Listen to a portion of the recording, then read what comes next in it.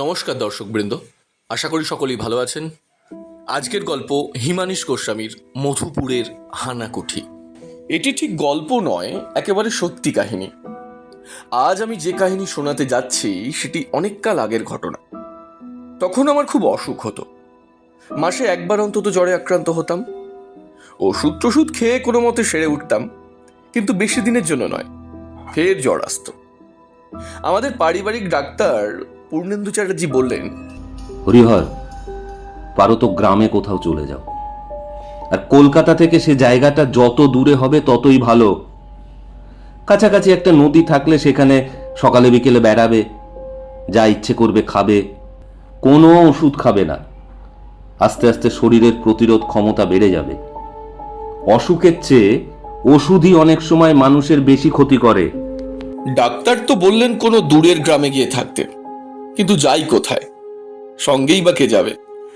অনেক খোঁজাখুঁজির পর বাবার বন্ধু সুধাংশু কাকু বললেন, আমাদের একটা বাড়ি আছে মধুপুরে, তুমি যদি যেতে চাও তো কোনো আপত্তি নেই।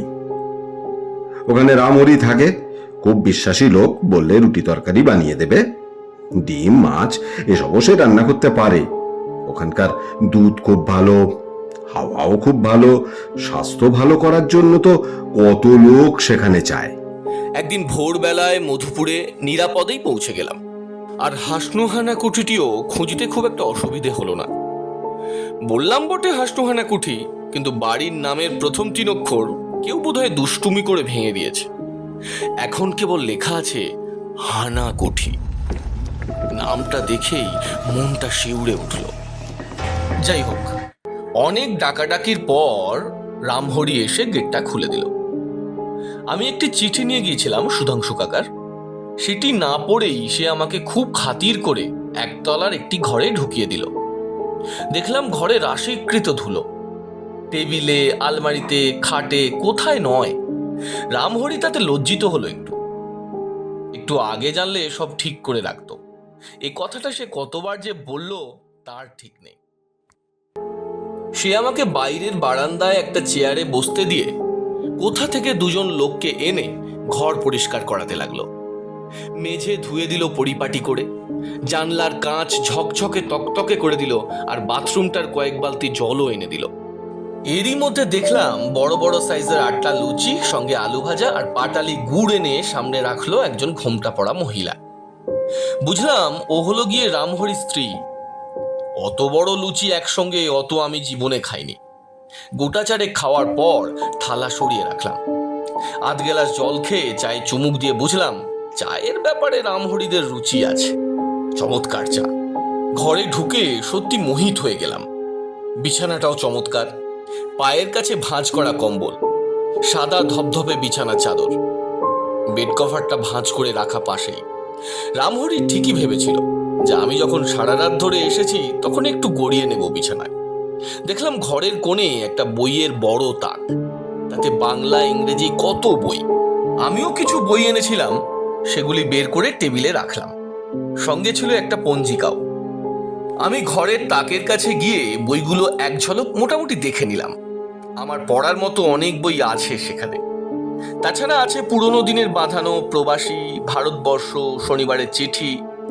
একখণ্ড বাঁধানো শনিবারের চিঠি নিয়ে বিছানায় শুয়ে কয়েক পাতা উল্টাতেই ঘুম বেশ জোর চেপে এলো। শনিবারের চিঠি পাশে রেখে দিতেই ঘুমিয়ে পড়লাম। ঘুম ভাঙলো সেই বেলা 1টায়। তাও ঘুম নিজে নিজে ভাঙেনি। রামহরি ঘরে এসে আমাকে তাড়াতাড়ি উঠতে বলেছিল চান করার জন্য, কারণ সে জানালো দুপুরের খাদ্য প্রস্তুত। গরম জল দেওয়া ছিল বাথরুমে। চান করে নিলাম তাড়াতাড়ি। খাওয়া দাওয়া ভালোই হলো। আলু কপির তরকারি, ছোলার ডাল আর সরু আতপ চালের ভাত, আর একটা কাঁচের বাটি ভর্তি দই এবং 1 প্লেট কালাকাঁদ। খেয়ে দে ফের ঘুম, ফের রাতের খাওয়া দাওয়া, আবার সঙ্গে সঙ্গে ঘুম। রাত্রে অবশ্য ঘরে কি একটা আওয়াজ পেয়েছিলাম, খসখস করা আওয়াজ একটা। ঘুম ঠিক ভেঙে যায়নি, তবে মনে হচ্ছিল ঘরে একটা কিছু যেন আছে। বড় ইঁদুর, কিংবা হয়তো চামচিকে, কিংবা বেড়াল বা বাদুড়ও হতে পারে। একবার মনে হয়েছিল উঠে পড়ি, কিন্তু ইচ্ছের সঙ্গে শরীরের যোগ ছিল না। শরীর এতই ক্লান্ত ছিল যে ফের গভীর ঘুমে অচেতন হয়ে পড়লাম। সকাল 8টার আগে ঘুম ভাঙল না। সকালের মিষ্টি রোদ্দুরটা বেশ লাগলো। রাত্রের আওয়াজের কথা তখন মনেই পড়ল না। বাথরুম থেকে বেরিয়ে বারান্দায় গিয়ে বসলাম। তার প্রায় সঙ্গে সঙ্গেই রামহরি খাবার দিয়ে গেল। বড় বড় লুচির সঙ্গে আলু আর বেগুন ভাজা। খাওয়ার পর বেরোলাম, ঠিক যাকে বলে যেদিকে দু চোখ যায়। রাস্তা বেশ ফাঁকা, লোকজন কমই মনে হলো। শীতও খুব। রাস্তায় যেতে যেতে দেখি একজন বৃদ্ধ ব্যক্তি লাঠি হাতে নিয়ে ধীরে ধীরে আসছেন।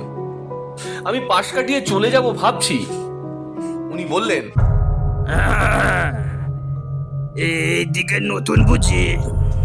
আমি তো অবাক। একজনকে দেখে কেমন করে বোঝা যায় যে সে নতুন লোক? আমি ভেবে পেলাম না। যাই হোক, বললাম, হ্যাঁ, কালই সকালে এসেছি। এটা কোথায় উঠেছেন? আমি বললাম, হাসনুহানা কুঠিতে। ভদ্রলোক হাসতে হাসতে বললেন, ওই হানাকুঠিতে রাত্রে ঘুম হয়েছিল তো? বললাম, চমৎকার ঘুম হয়েছিল। ভদ্রলোক বললেন, ও ভালো। তা সুধাংশুর বাবা শীতাংশু আমার বন্ধু ছিলেন, বড় ধর্মপ্রাণ লোক ছিলেন। তা সুধাংশু তোমার কেউ হয় নাকি? আমি বললাম, সুধাংশু কাকা আমার বাবার বন্ধু। আমার শরীর খুব খারাপ হয়ে যাচ্ছিল, তাই ডাক্তার আমাকে শহর ছেড়ে দূরে কোথাও যেতে বলেছিলেন। চেনা কারো সন্ধানে বাড়ি ছিল না। তা সুধাংশু কাকার এখানে একটা বাড়ি আছে শুনে তাকে বলায় তিনি রাজি হয়ে গেলেন আমাকে থাকতে দিতে। ভদ্রলোক বললেন, আমার নাম জ্যোতিপ্রসাদ কর। আমি এককালে ডাক্তার ছিলাম চন্দননগরে। এখন আর ডাক্তারি করি না, এখানেই থাকি। তা আমার একটা ছোট বাড়ি আছে এই কাছেই আর কি। তা চলে এসো মাঝে মাঝে। আচ্ছা, একটা কথা জিজ্ঞেস করি, এখানে আসার আগে এই সুধাংশু তোমাকে কিছু বলেনি? মানে ওর এই হানাকুঠি নিয়ে? আমি বললাম, না তো, কি বলবেন আবার। জ্যোতিপ্রসাদ বাবু বললেন, তা বলা উচিত ছিল। সুধাংশু ভালো লোক বুঝলে, কিন্তু ওই দায়িত্বেরও অভাব আছে। আরে বাবা, ওই বাড়িতে একটু আছে তো, এই সেটা সবাই জানে। আমি ভয় পেয়ে বললাম, ইয়ে আছে মানে? জ্যোতিপ্রসাদ বাবু বললেন, ইয়ে আছে মানে শুনতে হলে একটু সময় লাগবে। তুমি আমার বাড়িতে চলে এসো, সব বলবো। আমরা হাঁটতে হাঁটতে 3 মিনিটেই সেখানে পৌঁছে গেলাম। জ্যোতিপ্রসাদ বাবু বাড়িতে ঢুকতেই একটা বাঘা কুকুর আমাদের লেজ আর জিভ নেড়ে অভ্যর্থনা করলো। ঘেউ ঘেউ করে বলল, নমস্কার।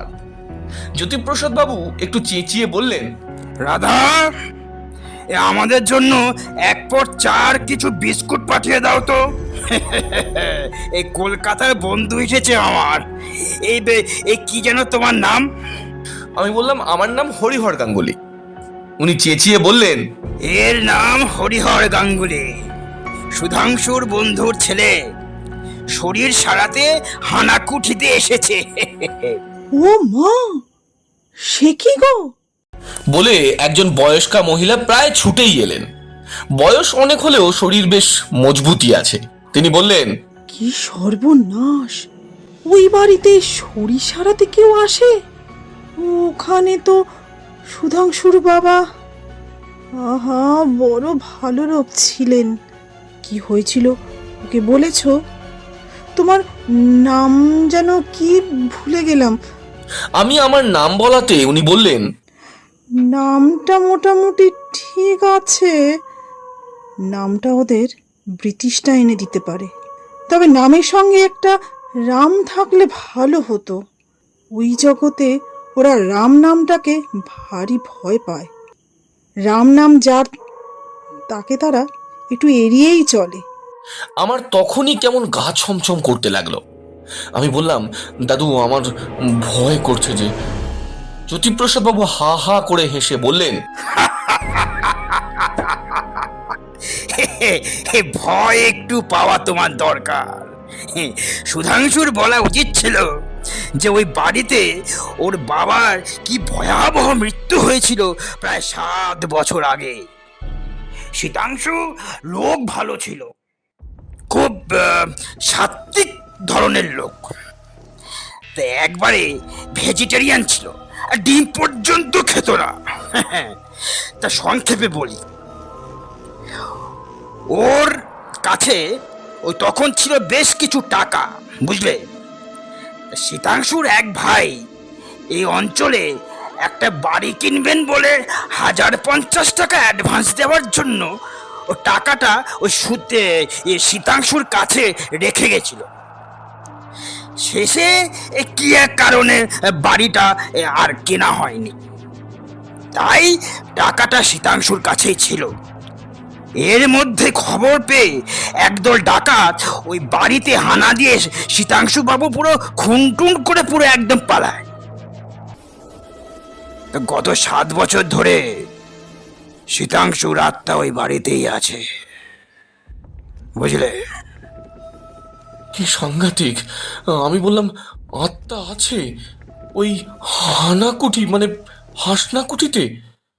সুধাংশু কাকার বাবার আত্মা জ্বালাতন করেছে গত 7 বছর ধরে।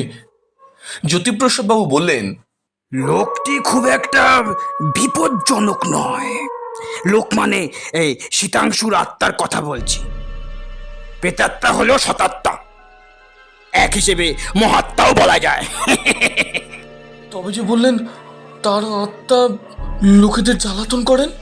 আরে ওটা কিছু না, কোন লোক ওর ঘরে ঘুমালে উনি খেপে যান।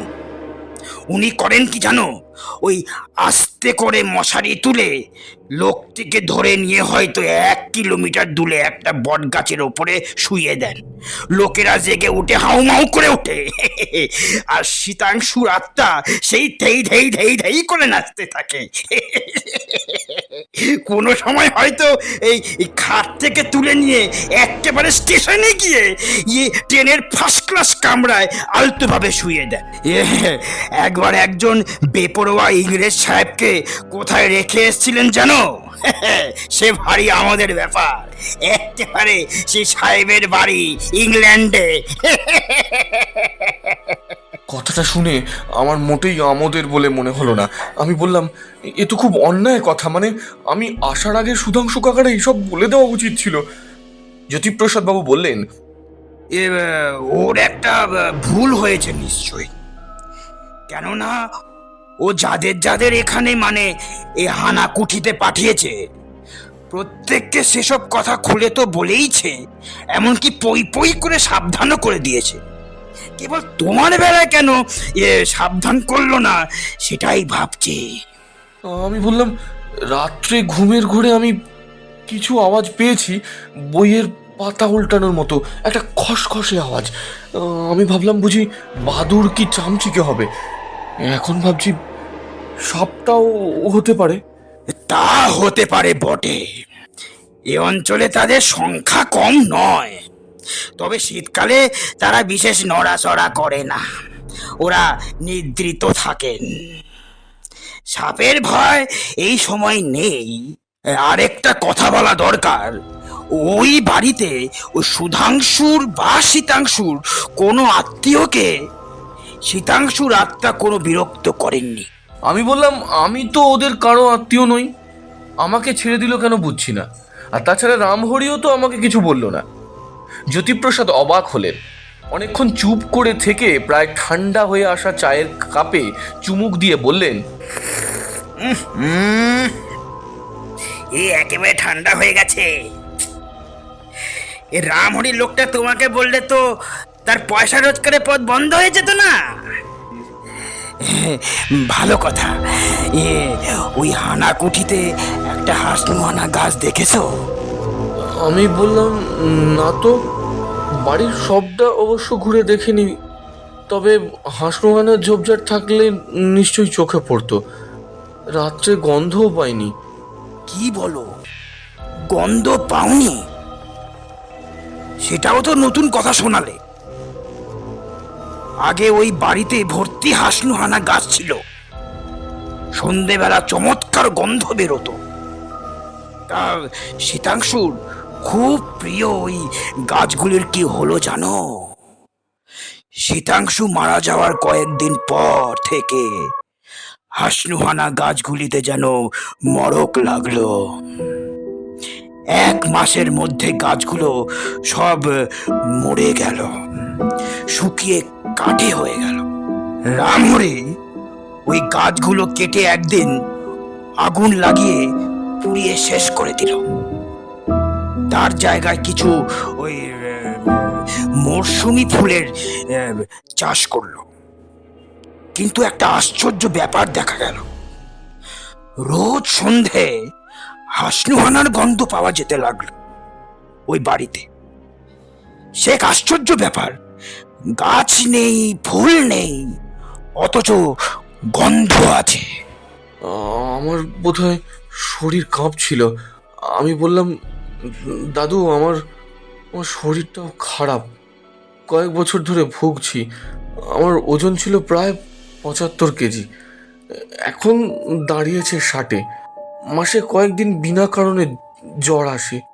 আমি ডাক্তারের পরামর্শে এখানে থাকতে এলাম শরীর সারাবো বলে, কিন্তু এখানে থাকলে যদি ভয়েই মারা যাই তাহলে কি হবে?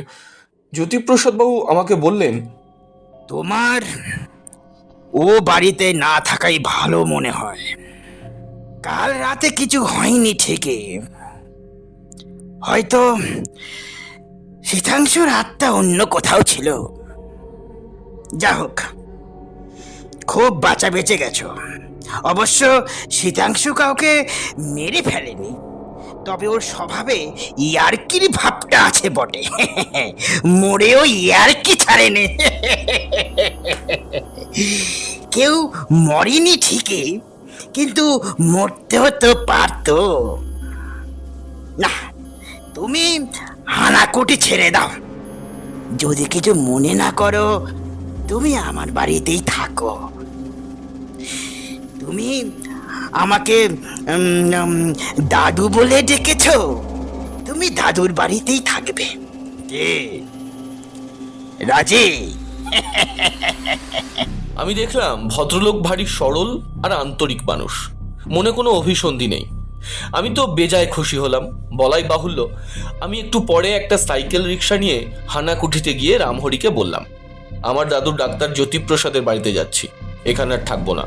রামহরি কোনো কথা বলল না, তবে মনে হলো ও একটু দুঃখিতই হয়েছে। আমি আমার জিনিসপত্র সব গুছিয়ে নিলাম। জ্যোতিপ্রসাদ বাবুর ওখানেই খাদ্য গ্রহণ করা গেল।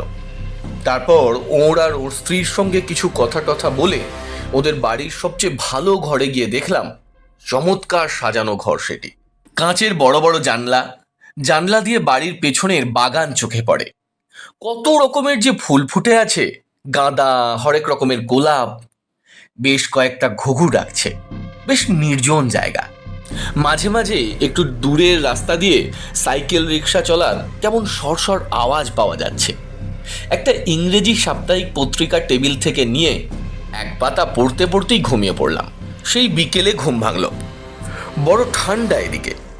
উঠে ঘর থেকে বেরোতেই জ্যোতিপ্রসাদ বললেন, হ্যালো ইয়াং ম্যান, কেমন লাগছে এখন? আমি বললাম, ভালো, বেশ ভালো। উনি বৈঠকখানায় বসে খবরের কাগজ পড়ছিলেন। বললেন, কাগজ এখনই এলো। এই কলকাতার কাগজ বেঁধে বেঁধে একেবারে সন্ধে হয়ে যায়। বলে কাগজটা আমার দিকে এগিয়ে দিলেন। এরপর চা আর বাড়িতে তৈরি কেক খেলাম, সঙ্গে কিছু কাজু বাদাম। দেখলাম এরা রাত্রের খাবার সত্যি সত্যি রাত্রির হওয়ার আগেই সেরে ফেলে। 8:30টার মধ্যেই রাত্রের খাওয়া শেষ। জ্যোতিপ্রসাদ বললেন, এ বাড়িতে অনেক বই আছে, কাল সেগুলো থেকে বেছে নিও তোমার যা পছন্দ, তারপর পড়তে পারো। তবে কি জানো, বেশি রাত জাগা ঠিক নয়। Early to bed and early to rise. আমি তো ভোর 5টায় উঠি, তারপরে একটু হাঁটতে বেরোই। কাল তোমাকেও ডেকে নেব, বুঝলে? স্বাস্থ্যের পক্ষে ভারী ভালো এই হাঁটা। সর্বনাশ!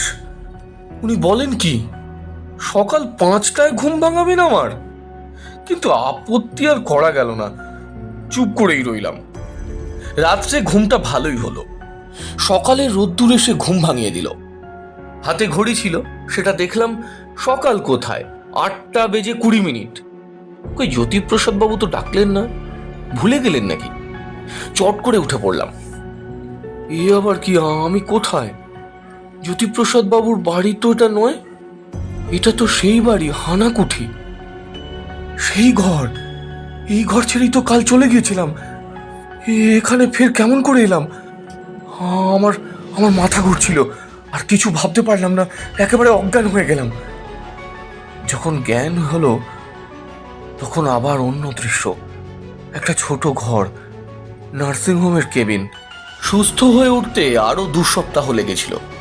রোজই জ্যোতিপ্রসাদ বাবু 2 বার এসে দেখে যেতেন।